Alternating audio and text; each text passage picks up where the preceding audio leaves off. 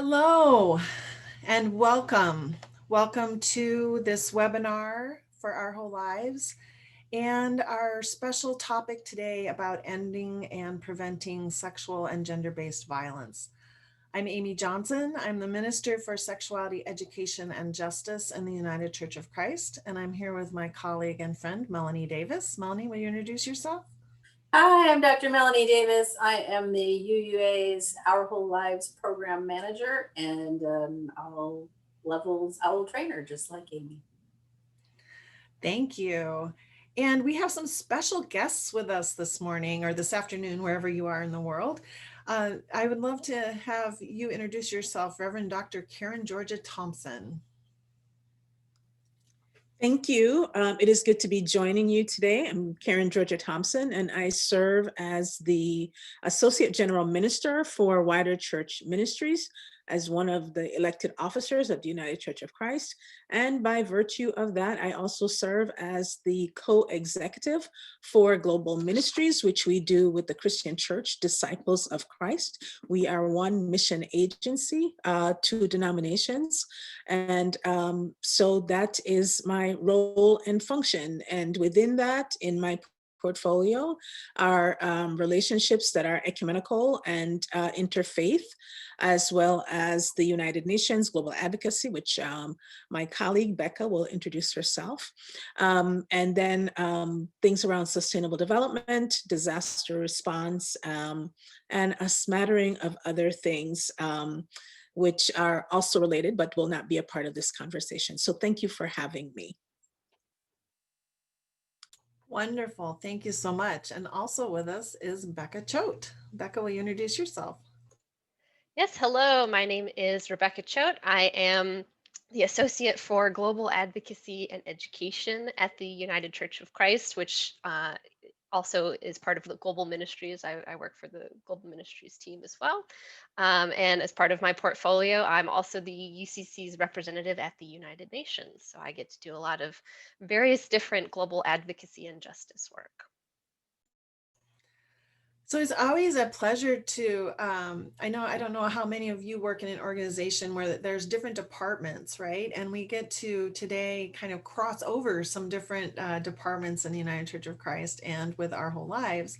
And that's really exciting to have some time to discuss some of the intersections with the work that Our Whole Lives does and how that intersects with some other work that's happening not only domestically, but also globally.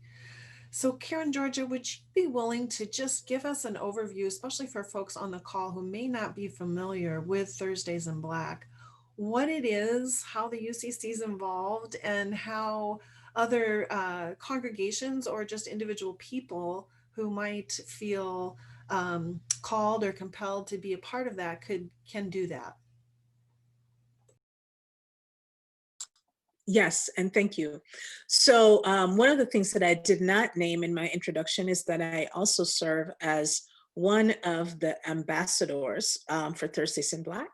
So I am World Council of Churches ambassador for this program. Thursdays in Black is a program that has existed for a number of years, coming out of a global movement for a world without rape and violence. The issues around gender-based violence are global. What we see, we understand, and we know about the ways in which particularly women and girls are affected by gender-based violence leads us to advocate very strongly and to invite the member communions of the World Council of Churches to participate in this way.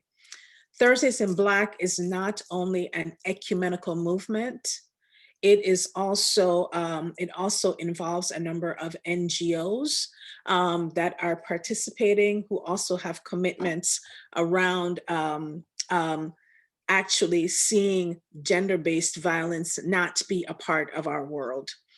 So each Thursday, individuals are invited. It has some simplicity to it, right? Um, so each each each Thursday, individuals are asked to use the hashtag Thursdays in Black. This is a social media based campaign to raise awareness and to encourage advocacy. So you can post to whatever your social media platforms of choice are, using the hashtag Thursdays in Black, and put it out there, raising voice and awareness around these issues. Um, I think the other piece about this particular campaign is that it ties advocates in, I think, some unique ways that we don't often acknowledge. So if you go on Facebook or Twitter on a Thursday and you type in that hashtag, you will see the number of people who are also joining with you to raise awareness around Thursdays in Black. And we use Black because Black is a color of empowerment. And I think that's important to know and to note that there's a reason for choosing Black. It has nothing to do with mourning, and it's not envisioned as negative. It's actually envisioned as a source of empowerment for women and for those who have experienced, and for communities that continue to experience gender-based violence. The last piece I would say is that this issue around gender-based violence is not about gender, right? And even in the use of that terminology, we have to be careful, because this is not an issue that only affects women or only affects men. This is not about gender binary issues, because we are well aware that for many in our transgendered and LGBTQIA communities, gender-based violence is also an issue. Thank you. Thank you so much. There's a lot there, as you can see. And I really appreciate the thought and the like you said, the simplicity of the idea of Thursdays in Black to continually raise the awareness. Because I think one thing that is really on my heart right now, at this moment in history, is how easy it is to not buck the system, right? The system is working the way it was intended to work, to keep certain people in power and to have people feel comfortable.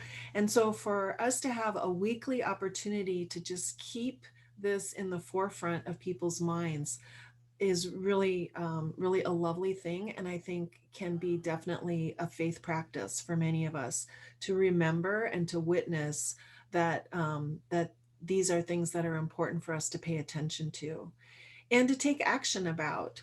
So being able to wear Black or use one of those fantastic and completely free Zoom backgrounds, if you would like, they're available on ucc.org, or is it UCC Resources? It's UCC Resources. Okay, uccresources.com. And Becca has just put that in the chat. Awesome. So if that's something that you would like to do and use on Thursdays, you can.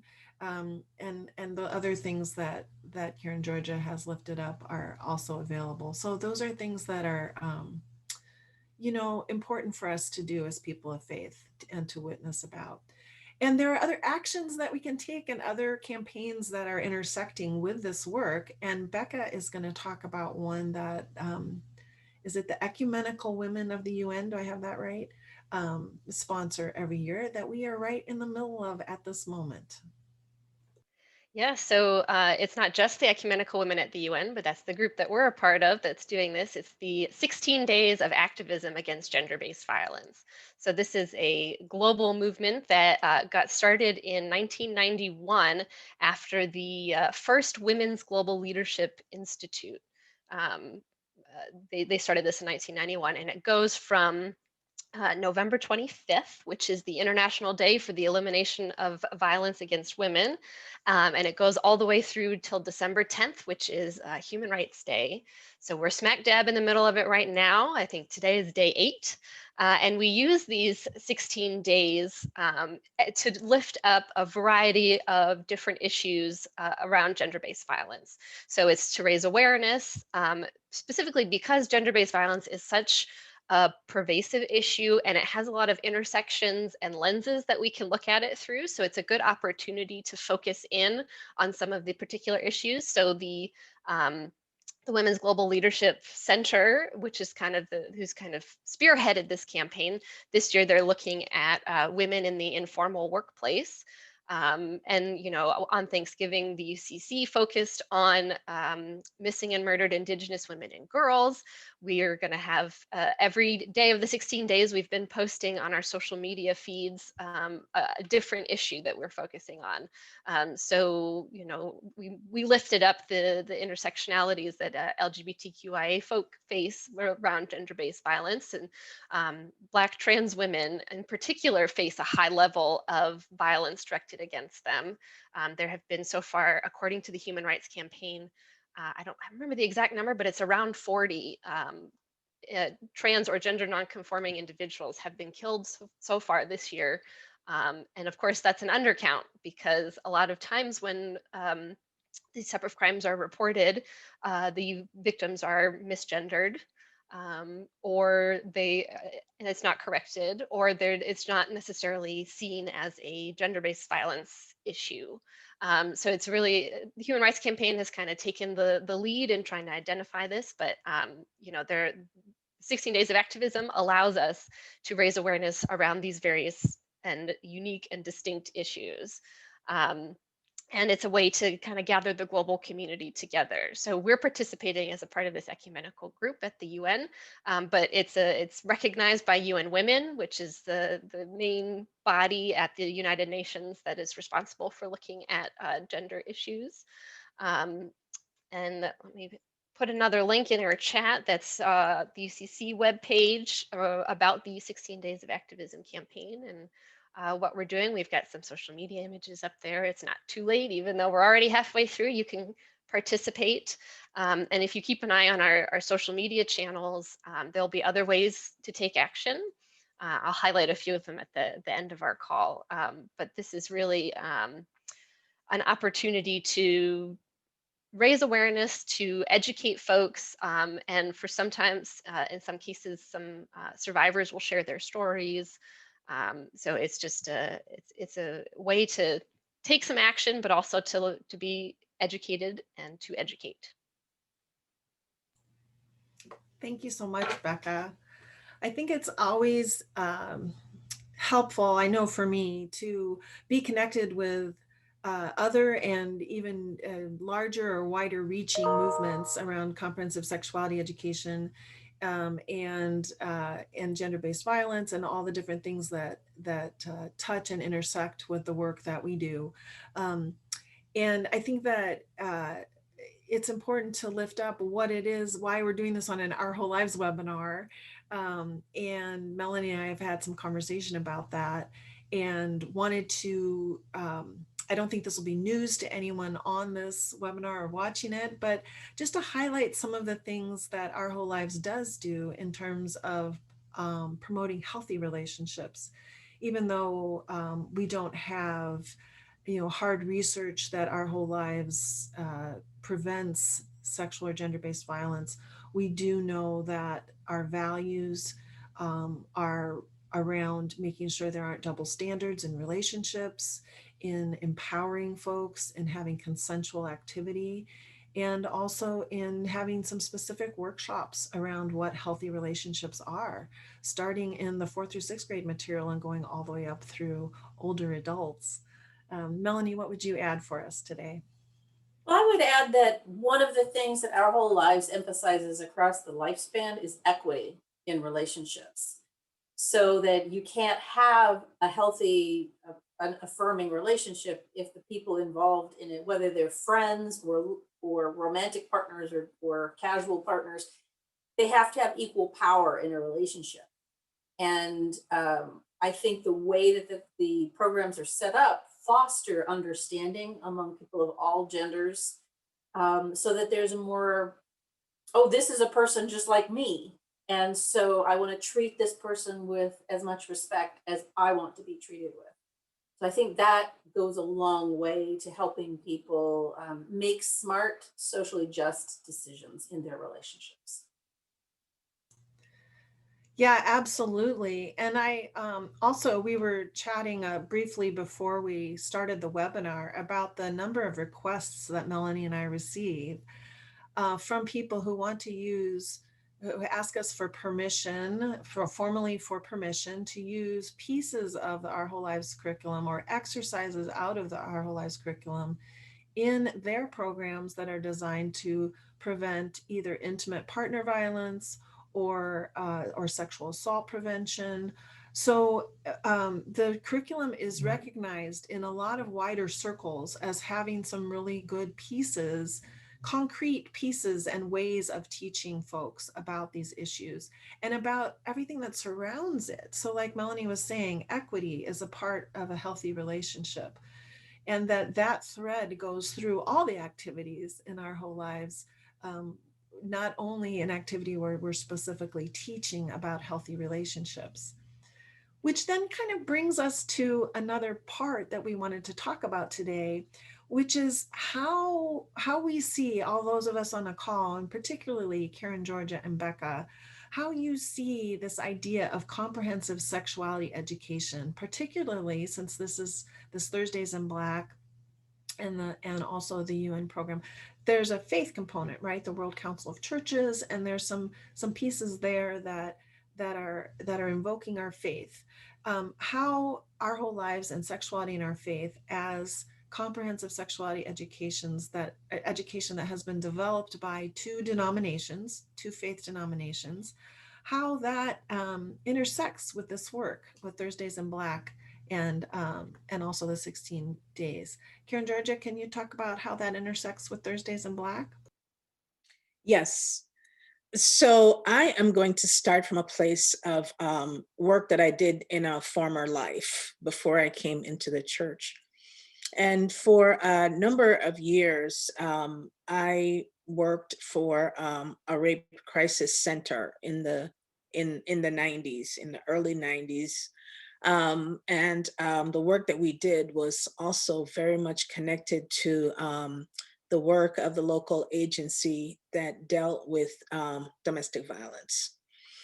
And I think that having this kind of comprehensive approach to sexuality education is important, because I think the thing that Melanie mentioned earlier was empowerment. I think that these are not secular issues by any means. And if we continue to hold them as secular issues and not find inroads for conversations in the church around sexuality and sexuality education, then we will continue to promote the stigma and taboos that are there that actually contribute to what we see around gender-based violence. So one, I think, is the need to provide the empowerment and understanding around what it means for an individual when one is violated. If we're not talking about issues that pertain to rape and gender-based violence for women, we're definitely not talking about it when it comes to men. And when it comes to our transgendered population, we're even on a totally different tier when it comes to what gender-based violence looks like.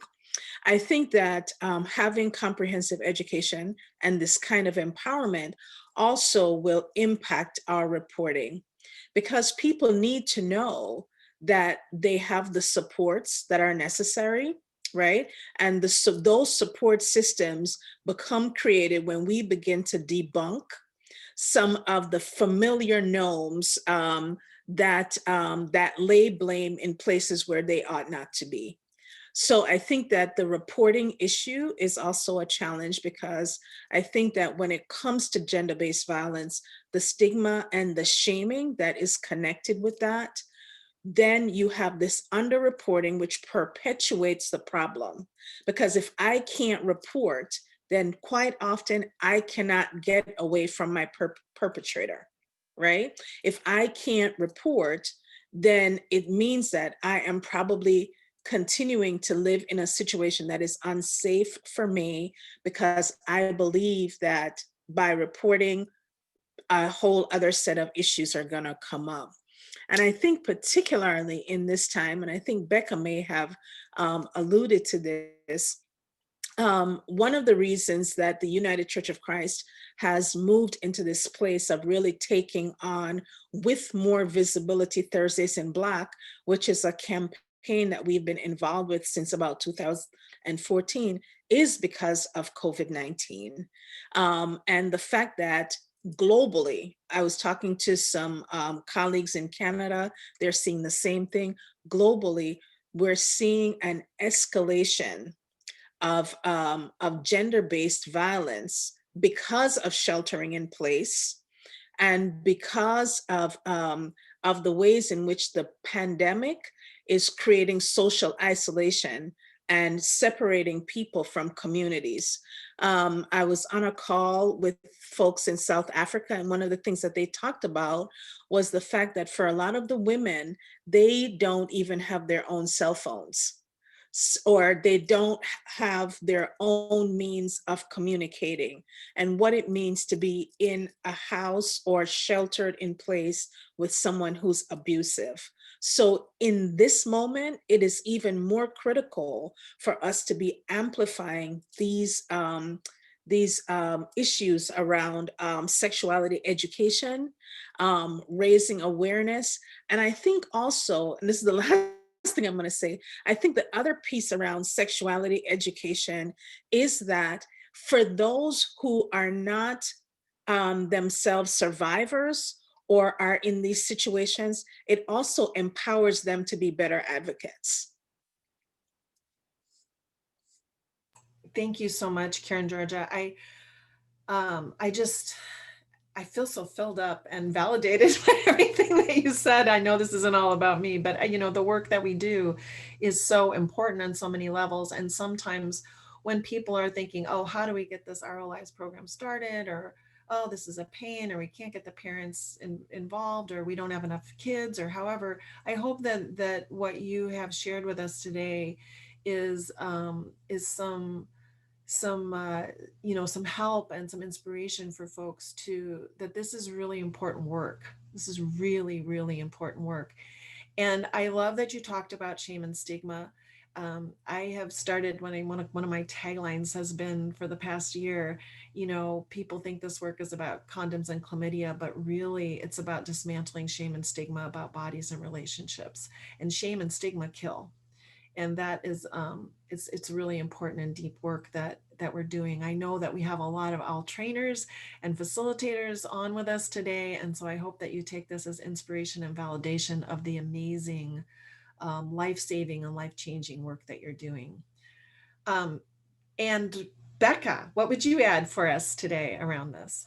Well, I don't know that I can add on to too much more. Karen Georgia kind of covered a lot of the bases, but I will just add that sexual and gender-based violence is pervasive everywhere. It is in your community, it is in your state, it is in other countries and other cities and states. There was, before the pandemic, the WHO estimated that 1 in 3 women globally experience violence at some point in their lifetime. That means, your neighbors, your friends, your relatives have probably or will probably experience some form of violence. And that also includes folks in your church. And I think that's the important part as well, is that your church community can get together and support survivors, victims, can provide resources to help people escape some of these unsafe situations, or it can just be, someone to listen to be there and support. So, and the church is not immune also from these power dynamics, right? We've seen this, historically, right, the Catholic Church scandal around, pedophilia years ago and still ongoing. Like the church is not immune from any of this. We have our own work to do institutionally and within our churches to combat gender-based violence, not only in our communities, our outside communities, but internally as well.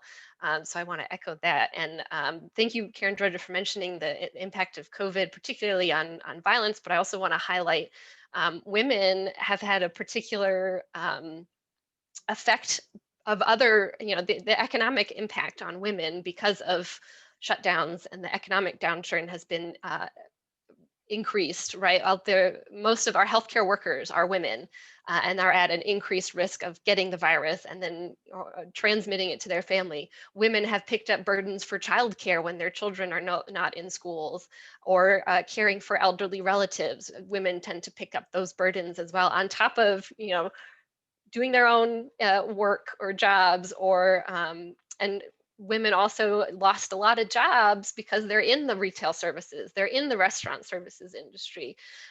So, COVID has had a multifaceted impact, and we're talking specifically about gender-based violence today, but we're using the 16 days of activism to lift up some of these different issues that do have a gender lens, particularly when it comes to COVID.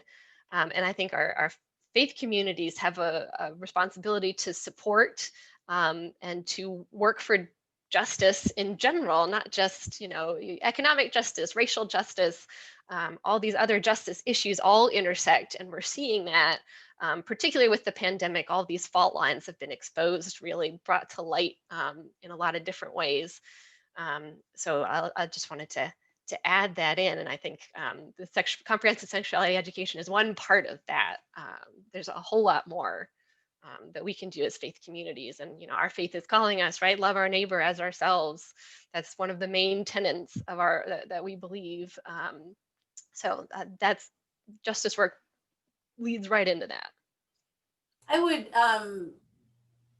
often people forget that our older population is really at risk for sexual violence as well. In our latest curriculum, for older adults, we have a workshop around abusive sexuality and what it means, especially for folks who have lost some cognition, and it's harder for them to communicate, or maybe they've had a stroke and it's hard for them to communicate. But often caregivers who are family members, are sexually abusing people in their care. So we need to be mindful of the risks along the lifespan. And if for those who may have attended the November program on the revised edition of the kindergarten through first grade edition of Our Whole Lives, there is a new way that abuse prevention will be handled in it as well. So we are working hard to make sure that that the curriculum is reflecting the realities, both in terms of who's at risk and what we can do to support people to help both prevent abuse of sexuality and to help survivors. Yes, thank you so much for bringing that up. I was thinking about that as we were talking and hearing from folks today, and I also just want to lift up that comprehensive sexuality education, as we've been talking about, is an act of justice. There are campaigns to really discredit and dismantle comprehensive sexuality education, not only globally in places where we might have an expectation that would happen, but also right here in the United States. It just recently, I live in the state of Washington, and there was an initiative on our ballot for comprehensive sexuality education. And the backstory on that is long and complicated that I won't get into, but it was ugly. And there were some people who were very well funded from outside of our state to really misrepresent what comprehensive sexuality education is, and to really fight against children and youth having that information provided to them. And while that was happening here, I got a notification on my news feed that the exact same thing was happening in Namibia. So these are things that happen globally, and I know from having a short amount of time working, being able to work directly with some UNESCO and UNFPA folks, that that's a concern of the UN and some of the organizations there, that comprehensive sexuality education is something that is often misrepresented, and there's campaigns to say no, no, no, we don't want this, and there's all kinds of workarounds that people are doing to try to have that work lifted up and provided and available to people in many places, including here in the United States. And one of the things, it turns out, that is helpful in some areas is the fact that Our Whole Lives has a companion faith component to it, because in many places, the work of discrediting and dismantling comprehensive sexuality education is done with folks who say it's because of their faith.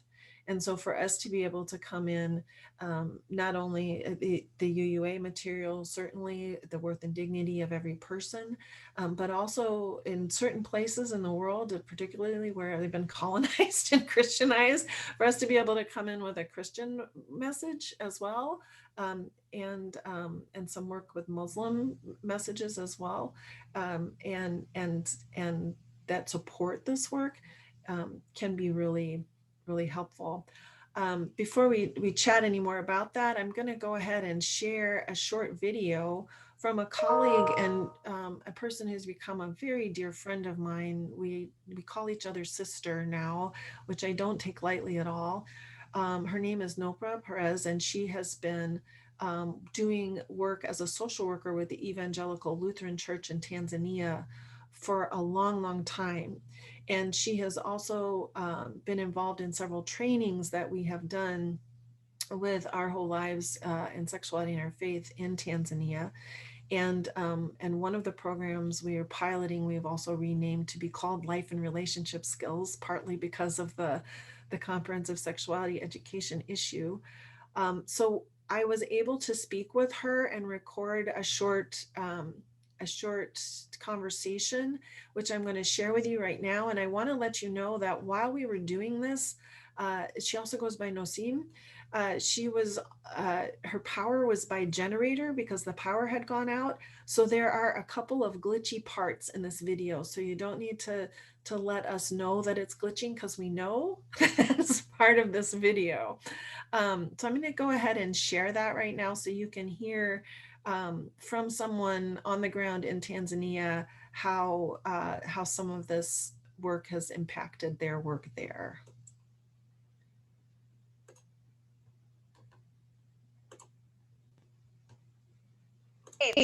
Great. We are recording.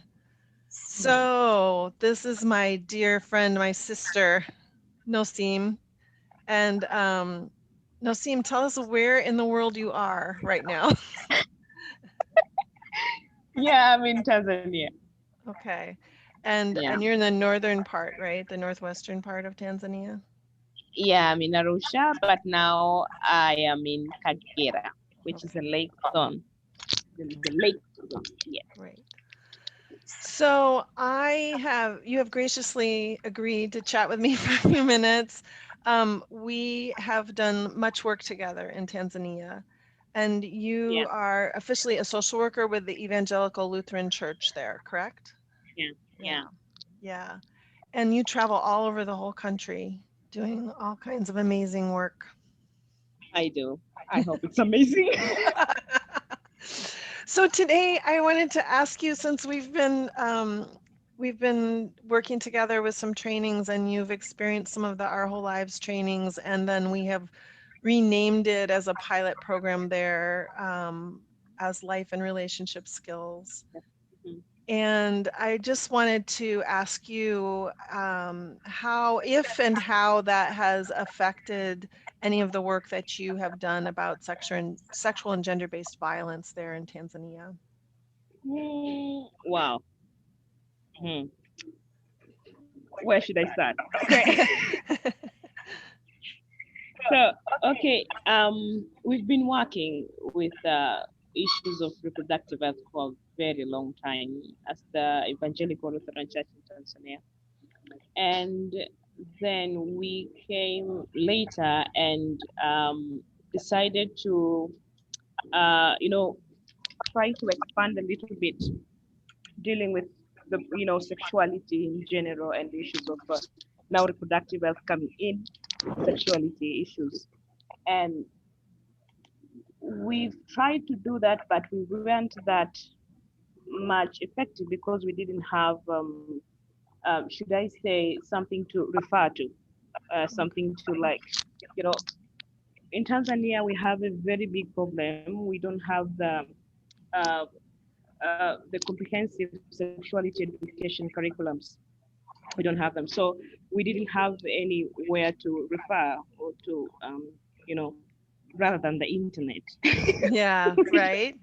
which gives you very limited information. So when we started, you know, getting the trainings, which we started in Karagwe, if you remember, it opened our eyes to so many things, and we started going deep to the issues which we weren't able to. And being a church, you need also to bring faith, in the picture. Yeah. So what our whole lives and life and relationship skills have does is really to bring faith in the picture. Being a faith-based organization, uh, talking about sexuality and referring to the faith itself, it's just amazing.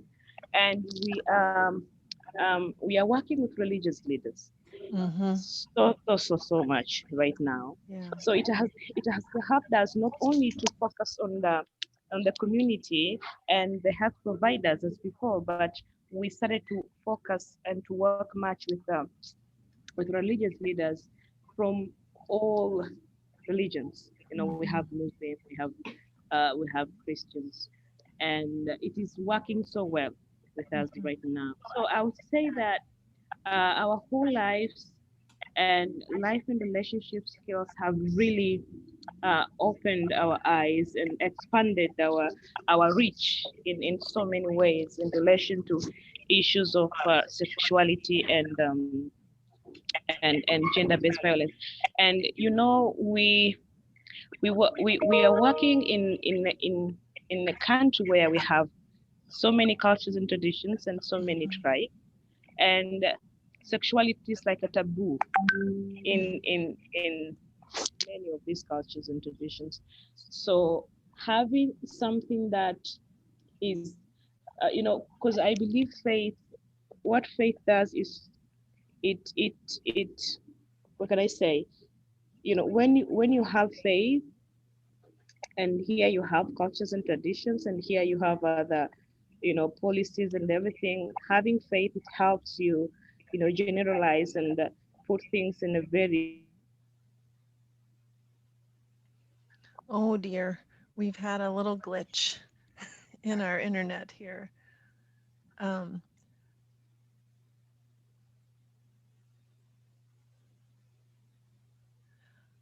I'm going to go ahead and just say, oh, there we are. You're back. Okay. We had a little glitch.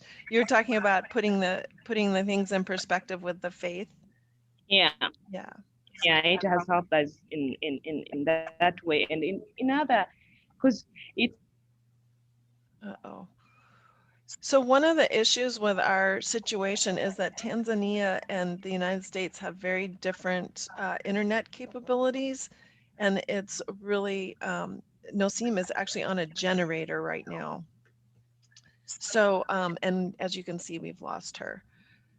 So I'm going to stop the recording and thank her and you for hearing us today.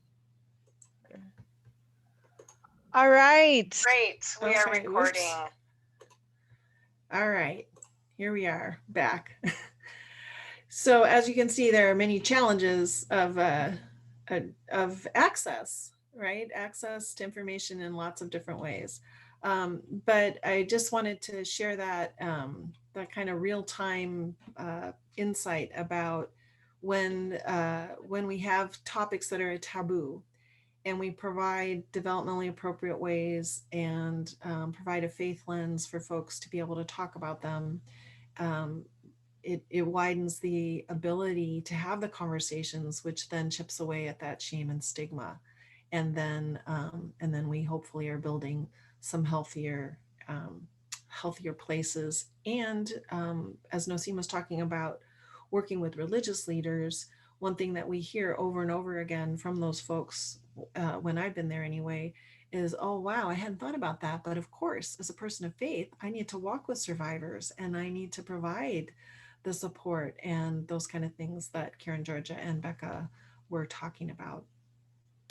I'm aware of our time here, and I wanted to give Becca and Karen, Georgia, a minute to talk about some of the concrete things that people can do and actions they can take, especially since we're in the middle of 16 days of action. And then we'll have a little bit of time for question and answers, and a little upcoming preview of what's coming up in the new year on our webinars. And then we will close out our webinar. So Becca, will you talk to us about these 16 days of action and what actions we can take? Sure. So what I like to say in terms of advocacy in general, the best thing that you can do is to share your own story. If you have a story around gender-based violence, like that can be really powerful, or a story around meeting someone who's experienced that, that's a powerful story. But more specific, concrete actions to take is to share information, to talk about it, to help get rid of some of the shame and stigma, to make it more widely known. And then specifically, we do have a particular action y'all can take right now. The Violence Against Women Act was up for reauthorization in Congress starting in early 2019, and the Senate has failed to pass it. And this is legislation that was passed to protect survivors of violence against women's act. Yes, so to help survivors. And the fact that the Senate has failed to reauthorize this is shameful, and means that there's a lot of money and support not going to places like the domestic violence, the hotlines, and other organizations. So I'm popping in a link to an action alert that our Justice and Peace Action Network pulled together in October for Domestic Violence Awareness Month. So if you haven't already done that, contact your federal representatives to tell, particularly the Senate, to tell them to reauthorize the Violence Against Women Act. And we will have another alert coming out towards the end of next week for the 16 Days of Activism. So keep an eye out on our Facebook feed. That's not ready yet, so I can't give you the link, but it'll be coming out. But also, we have another one regarding COVID relief, because again, a lot of these effects of the pandemic has impacted most heavily on women. So having, and the fact that Congress has not passed another relief bill means that at the end of the year, if they fail to act, eviction moratoriums are going away. So women and their families might end up on the street. There's also some of these other extended like SNAP benefits. So a lot more people will be facing food insecurity. There's just a lot of bad things that could happen at the end of the year if Congress doesn't pass some COVID legislation. So I will pop that in there too. And I encourage you all, if you're interested in doing this type of justice and advocacy work, sign up to our Justice and Peace Action Network.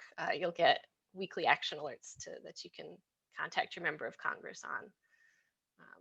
So those are specific concrete actions.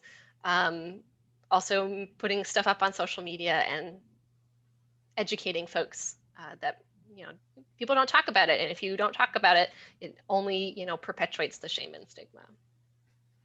Great, thanks, Becca. And just there's a Facebook cover photo, right, that you can do Thursdays in Black for, also on the, I think it's on the UCC page, the Thursdays in Black UCC page. Is that right? Yeah. And It's Karen, the Georgia, Facebook frame for your yeah. Yeah. Okay, great. Thanks. Karen, Georgia, do you want to add anything else about specific actions? I know we talked about it a little bit earlier. Maybe just reiterate what folks can do. Yes, and I'm gonna kind of expand on what you talked about earlier when we started, which is I call them the 4 Ps, which is which came out of the work of the ecumenical women at the UN, and I think it was a fantastic contribution to the Thursdays in Black campaign. So, so you are encouraged to pause, pray, pledge, and post. You could do them in any order that you choose to. The whole point here is about getting involved. And I just want to, I want to read the Thursdays in Black pledge. It says, I commit to Thursdays in Black in solidarity, in protest, in mourning, for awareness, and in hope. By supporting Thursdays in Black, I stand in solidarity with 1 in 3 women worldwide who face violence in their lives, in protest against systems and societies that encourage violence in any form, in mourning for women, men, and children who are harmed and killed in sexual violence, for awareness and knowledge about the challenges of sexual and gender-based violence, in the hope that a different reality is possible.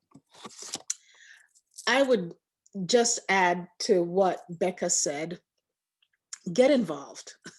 I think that's the bottom line, is get involved. And our communities have a multiplicity of ways that you could get involved. Know what's going on in your community.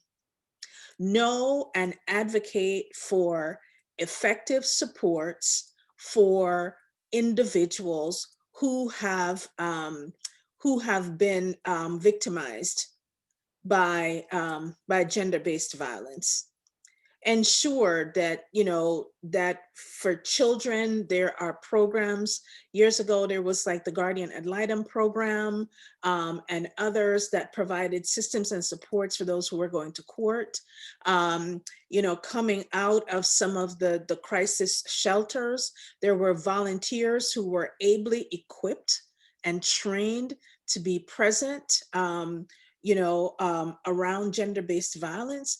Know what's going on in your community. Know what the support systems are. And if nothing else, donate. Because when you support the work that's being done in your communities, it means that you are a part of a collective action. I may only be able to give $5, Becca may be able to give 10, Melanie may be able to give 15, and Amy may be able to give 20, but our collective witness goes a lot further. So don't think that, you know, what little you have may not make a difference. It's all about our collective voice and our collective action. And so I encourage you to know your communities, to find ways to get involved and tell the stories. Find ways to tell the stories without encroaching on other people's rights and other people's stories, but find ways to talk about the issues and to support the organizations that are doing some of the work. And also the work that Amy and Melanie are doing through Our Whole Lives, which is incredibly important as well.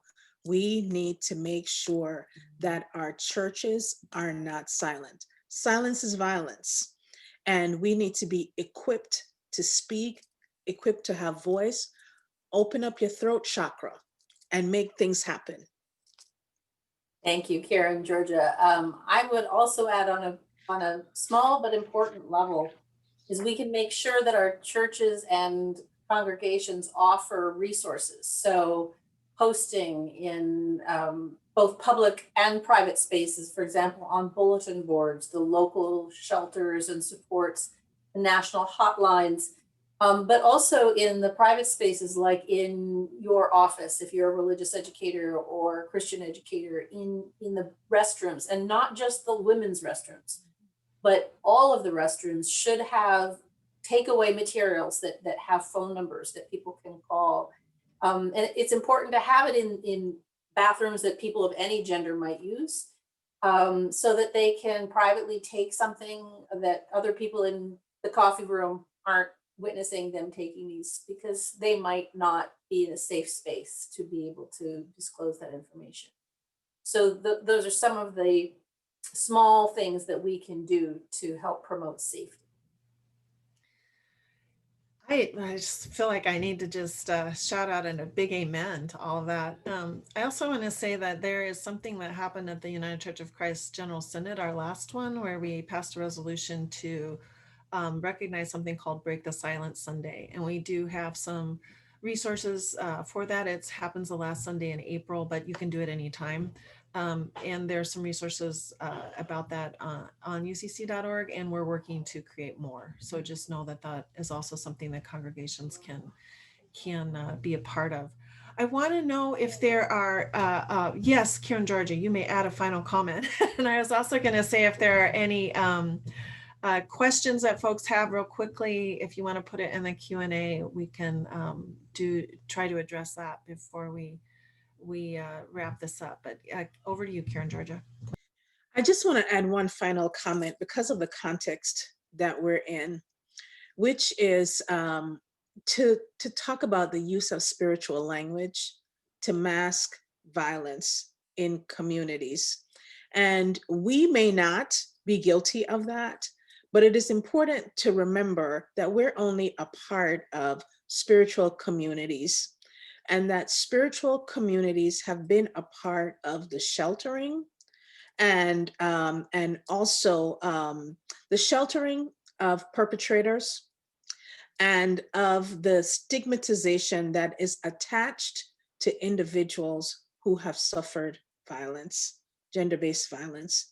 And I think that a part of having the OWL training in our communities, our spiritual community, is also about subtracting ourselves from this narrative that has promoted through spiritual language the abuse of men, women, and children because of the narratives that we choose to not address. I'm going to amen that again. So, and I also, yeah, so get involved and speak up and know that when you are offering an Our Whole Lives program in your faith community, or when you are hosting an Our Whole Lives training, when we can do that again in person, you are contributing to justice in your community, in our country, in the world, and in the bigger church, bigger denominations of faith in our world, and changing the conversation. And that is important work. It's work of our churches. It's work of our faith communities. It's sacred work. It's spiritual work, and it's important. Okay. Two more things. Oh, I see one question and answer.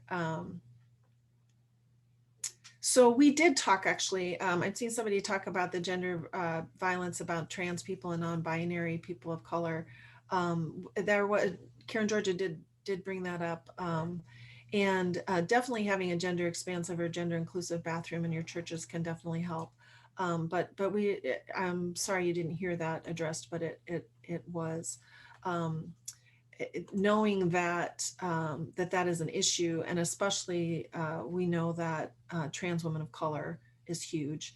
Becca also talked about the Indigenous women and girls action that we're taking to raise awareness around that. So know that when we're talking about gender-based violence, or when we're talking about things that affect people, we are very much aware that this is not a woman-only issue, that it also affects all genders, and trans folks, and especially trans folks of color, enormously. So thank you for bringing that up. Preview of what's to come in Melanie, would you tell us about January and February? We're hoping for February, right? In January, we are going to talk about intimacy in the time of a pandemic. taking a lifespan approach to the struggles with meeting people, with dating, to maintaining relationships, whether they're relationships with family members or, you know, people that somebody might have a romantic or sexual interest in. Our guest presenter will be Dr. James Wadley. He is a sex therapist in private practice in New Jersey, and he is the founder of the Journal of Black Sexuality and Relationships and the Association of Black Sexologists and Clinicians. Just a wonderful, engaging speaker. We will be taking an anti-racist approach to this, and so we'll be also talking about the additional stresses and strains on Black, Indigenous, and people of color, both dealing with COVID in general and relationships in general. For example, the way that Black bodies are sexualized from a young age. And so behaviors of adolescents might be looked at differently depending on one's race. So that will be a very exciting program. In February, we have Director of Religious Education, Robin Slaw, as our guest. Robin is the author of the Parents and Caregivers as Sexuality Educators curriculum, small group ministry curriculum. It's a free download. And we know of congregations that are using it as an alternative, since people can't offer OWL in person right now. Many churches and congregations are able to use this free curriculum to support parents in their role as primary sexuality educators. So remember, these are always the first Wednesday of each month at noon Eastern time. Same place, same bat phone, if you will. And you can always find the links on the UCC OWL page and also on the facilitator resources page off of the UUA OWL pages. So we look forward to seeing you in January and February. Yes, and I want to add one other thing about the parents and caregivers as sexuality educators. We are working on having someone add some, the UUA has graciously offered us permission to take that and adapt it with some UCC stuff. And we are working with a couple of our OWL trainers that are UCC oriented to do that. And hopefully that will be also available this spring, but in the meantime, it's a really fabulous and rich curriculum that's available, as Melanie said, for free as a download on the UUA site. I was asked to pray us out, so will you all join me in prayer? Holy Spirit, we thank you for being with us today, dancing among us, connecting us from all over this country and even through the miracle of technology, the world. We are grateful for the connections that we have through different faith traditions, through our different places of work and calls in the world to do your work for justice, for equity, for empowerment, for us to speak truth to power, for us to know that our actions matter. And in the Christian tradition, this is a week of hope in Advent, in our Advent season. And we thank you for the hope that has been brought forth in this hour that we have spent together. Be with each of us as we go forth this week and beyond to do your work in this world. Amen. Thank you all so much for being here today with us. Thank you.